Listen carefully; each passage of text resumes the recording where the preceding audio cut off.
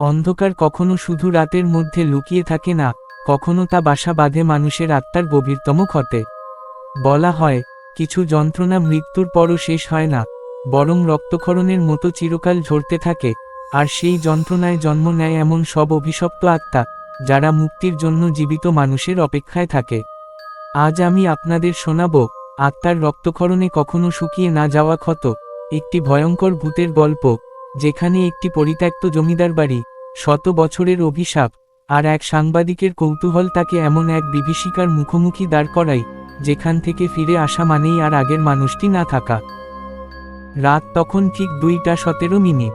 বাইরে অঝোরে বৃষ্টি পড়ছে, আকাশে বিদ্যুতের ঝলকানি যেন মুহূর্তে মুহূর্তে পৃথিবীকে সাদা আলোয় ভাসিয়ে আবার গভীর অন্ধকারে ডুবিয়ে দিচ্ছে।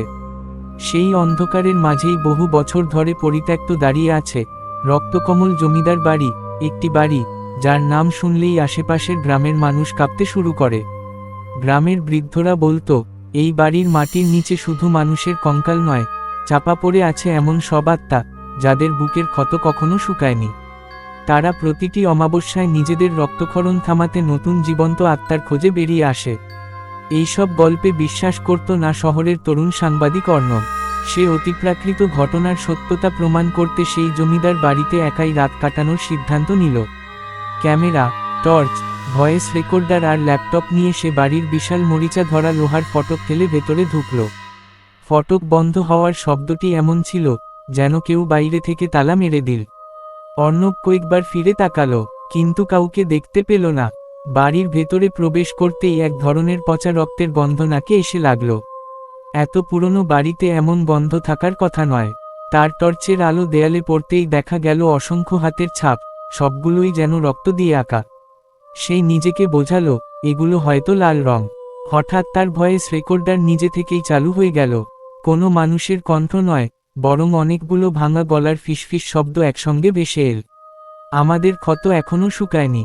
অর্ণব দ্রুত রেকর্ডার বন্ধ করল, কিন্তু শব্দ থামল না। এবার সেই আওয়াজ পুরো বাড়ি জুড়ে প্রতিধ্বনিত হতে লাগল। সে টর্চের আলো ঘুরিয়ে দেখল, দোতলার ভাঙা বারান্দায় সাদা শাড়ি পরা একটি মেয়ে দাঁড়িয়ে আছে। মেয়েটির মুখ দেখা যাচ্ছিল না, শুধু দেখা যাচ্ছিল তার দুই হাত থেকে টপটপ করে রক্ত ঝরছে। অর্ণব ক্যামেরা তুলে ছবি তুলতেই বিদ্যুতের ঝলকানিতে পুরো বারান্দা আলোকিত হয়ে উঠল। আর তখনই সে দেখল, মেয়েটির মুখ নেই, মুখের জায়গায় বিশাল এক রক্তাক্ত ক্ষত, যেখান থেকে অবিরাম রক্ত বেরিয়ে আসছে। সে আতঙ্কে পিছিয়ে যেতে গিয়ে একটি পুরনো কাঠের বাক্সে ধাক্কা খেল। বাক্সটি খুলে গেল, ভেতরে ছিল একটি ডায়েরি। ডায়েরির প্রথম পাতায় লেখা, যে এই ডায়েরি খুলবে, তার আত্মাতেও একই ক্ষত জন্ম নেবে, মৃত্যু তাকে মুক্তি দেবে না। অর্ণব হাসল, সে ভাবল কেউ হয়তো ইচ্ছা করেই এসব লিখেছে। কিন্তু ডায়েরির পরের পাতায় চোখ পড়তেই তার বুক হিম হয়ে গেল। সেখানে লেখা ছিল, অর্ণব, তুমি আজ রাত 2:17 এই বাড়িতে প্রবেশ করবে, আর ভোর হওয়ার আগেই তোমার আত্মা রক্তক্ষরণ শুরু করবে।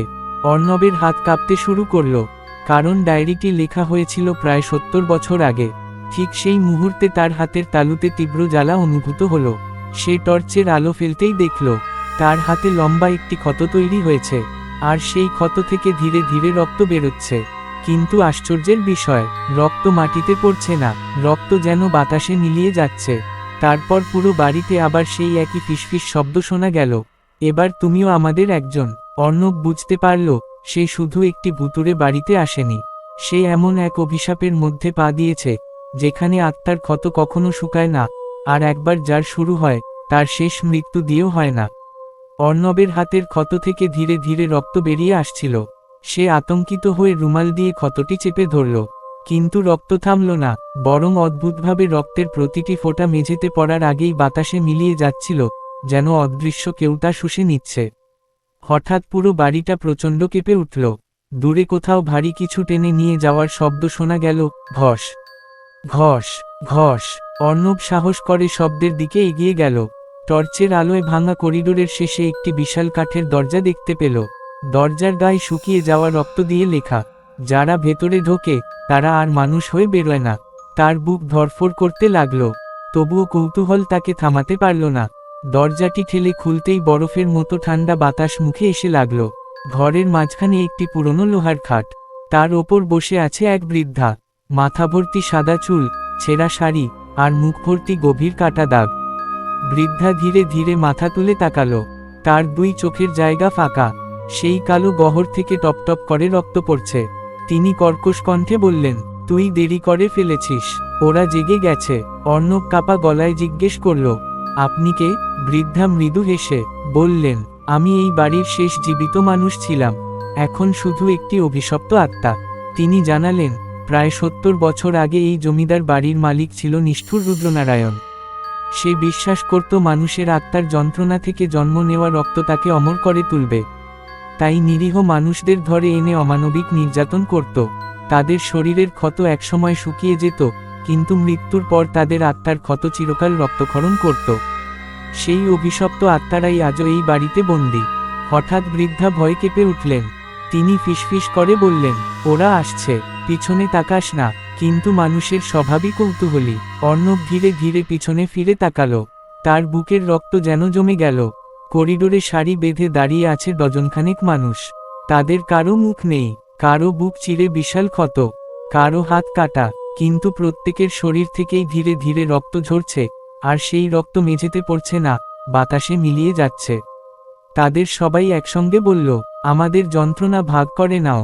এক মুহূর্তের মধ্যে ঘরের তাপমাত্রা আরও নেমে গেল। অর্ণব দৌড়ে পালাতে গিয়ে দেখল, যে দরজা দিয়ে সে ঢুকেছিল সেটি আর নেই। চারদিকে শুধু দেয়াল, আর সেই দেয়ালের ভেতর থেকে শত শত হাত বেরিয়ে এসে তার পা আঁকড়ে ধরল। সে প্রাণপণে ছাড়ানোর চেষ্টা করতেই হঠাৎ ডায়েরিটি নিজে থেকেই খুলে গেল। শেষ পাতায় নতুন কিছু লেখা ফুটে উঠতে লাগল, যেন অদৃশ্য কেউ রক্ত দিয়ে লিখছে। পরবর্তী রক্ষক নির্বাচিত হয়েছে, নাম অর্ণব। সূর্য ওঠার আগে সে যদি এই বাড়ি ছাড়তে না পারে, তবে তার আত্মার ক্ষত আর কোনোদিন শুকাবে না।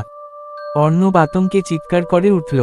ঠিক তখনই অন্ধকারের ভেতর থেকে এক শিশুর কান্না ভেসে এল, আর সেই কান্নার সঙ্গে সঙ্গে পুরো বাড়ির সব আত্মা একসঙ্গে তার দিকে এগিয়ে আসতে শুরু করল। শিশুটির কান্না ক্রমশ তীব্র হতে লাগল। কান্নার শব্দে মনে হচ্ছিল যেন প্রতিটি আর্তনাদ সরাসরি অর্ণবের বুকের ভেতর আঘাত করছে। করিডোরের দেয়ালগুলো কাঁপতে শুরু করল, ছাদ থেকে ধুলো ঝরে পড়তে লাগল, আর চারদিকে সেই একই রক্তের গন্ধ আরও তীব্র হয়ে উঠল। অর্ণব প্রাণপণে দৌড়াতে লাগল। হঠাৎ তার সামনে একটি ছোট্ট কাঠের দরজা খুলে গেল। অন্য কোনো পথ না দেখে সে ভেতরে ঢুকে দরজাটি বন্ধ করে দিল। ঘরটি ছিল অদ্ভুতভাবে পরিষ্কার। এক কোণে একটি কাঠের দোলনা ধীরে ধীরে দুলছে, কিন্তু ঘরে কোনো বাতাস নেই। তবুও দোলনাটি যেন অদৃশ্য কারো হাতে দুলছে। অর্ণব সাহস করে দোলনার কাছে এগিয়ে গেল। ভেতরে একটি ছোট্ট শিশুকে শুয়ে থাকতে দেখল। শিশুটির চোখ বন্ধ, মুখে অদ্ভুত শান্তি।